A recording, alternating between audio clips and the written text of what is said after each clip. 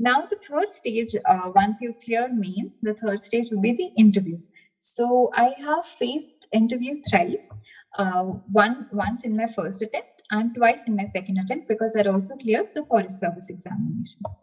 So the basic difference, because I scored well in the in both the interviews in the second attempt, but I could not score as high in the first attempt. So I started analyzing where I went wrong in the first one. What I understood is that I felt during the first year, I was very nervous, and I thought that the people who are there in the board are there to question me, are there to just, rip apart everything that I'm going to say. So I was very nervous when I went in.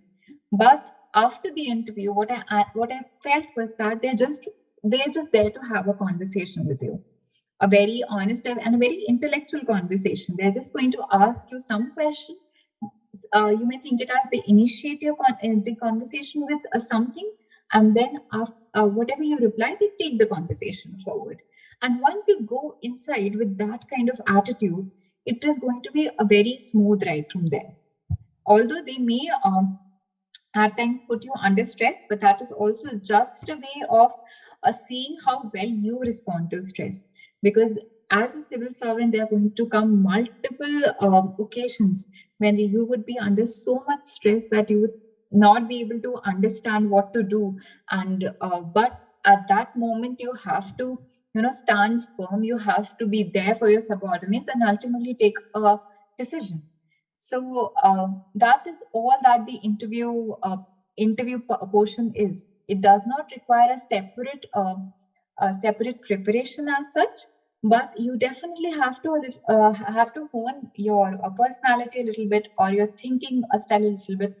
Anyway, that will all happen once you start your preparation, once you read upon a lot of things, once you get exposed to a lot of ideas, your peers and your guides or mentors, online blogs and everything. Those things will happen.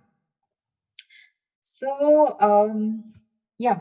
So for all the three stages, I feel giving mocks or giving test series, and in case of interviews, giving mock interviews does help a bit, because it gives us an idea about what we can expect in the exam, or what we can expect to face in the interview. So a very important part is that that the aspirants should have one eye on previous year questions.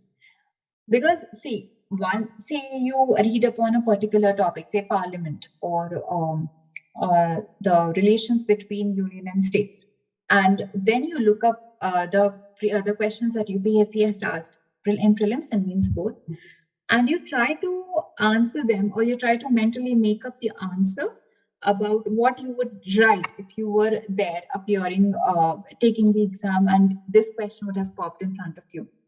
Slowly, what will happen is that your ideas and your preparation will also crystallize a bit more, and you will be able to understand where your preparation is and where you stand. So test series help a lot in that. They help us to be prepared for whatever is coming, for whatever questions we might face.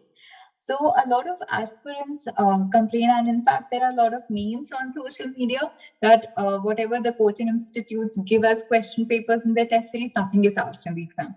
So UPSC has always been reputed for being so unpredictable, and coaching institutes can't predict. Nobody can predict what UPSC is going to ask. They can just prepare you for questions that you may not have answers to, yet you have to write the answers.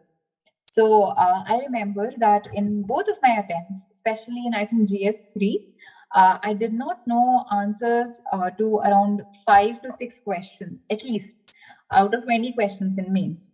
And I went into the exam with the mindset that I'm going to write at least something in all the questions. And so there your